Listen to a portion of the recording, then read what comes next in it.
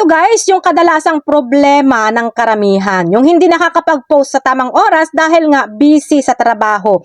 So kung ikaw guys ay kagaya ko na busy sa trabaho, bakit hindi ka na lang mag-schedule ng post mo? So ako kasi guys, sa araw, busy talaga ako sa trabaho. Kaya sa gabi lang ako nagkakaroon ng time para sa content. Pero nakakapag-post pa rin ako sa tamang oras na gusto ko. Dahil nga ini-schedule ko na lahat yung mga post ko na yan kinabukasan, yung bago ako matulog.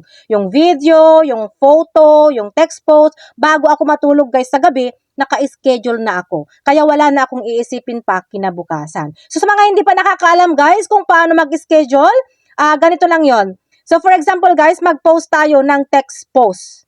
Yan. So, kunyari, good morning. Tapos, pindutin natin itong next. At dito, guys, makikita mo na itong scheduling option. Pindutin natin. Tapos, pindutin natin itong schedule for later. At dito, guys, makikita mo na itong mga date kung ano yung gusto mo. So, dahil nga, Sunday ngayon, February 15, i-post natin ito para bukas, February 16. Pindutin natin. And then, itap natin itong okay.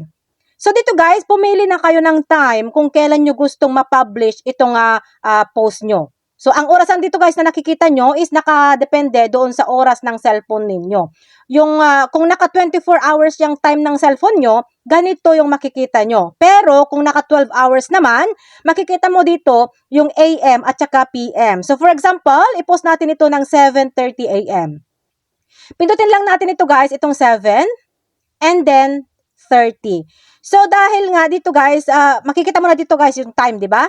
So, dahil nga 8 yung nailagay ko, so palitan natin ng 7. Dahil nga gusto kong ma-post ng 7:30. Pindutin ulit natin ito, and then, pindutin natin itong 7, and then 30. So, kung tama na itong oras niya, pindutin mo na itong okay. So, kapag video guys, yung post, yung pinost mo, may makikita ka dito sa taas na save. Yan, dito mo siya makikita. Pindutin mo yon. Pero kung text post at photo naman yung ipopost mo, makikita mo dito yung, wala kang makikita dito na save. Kaya i-back mo na lang siya. And then, pindutin nyo na itong schedule para ma-schedule na siya. Pero kung video naman yung pinost mo, dito mo naman makikita sa baba yung schedule.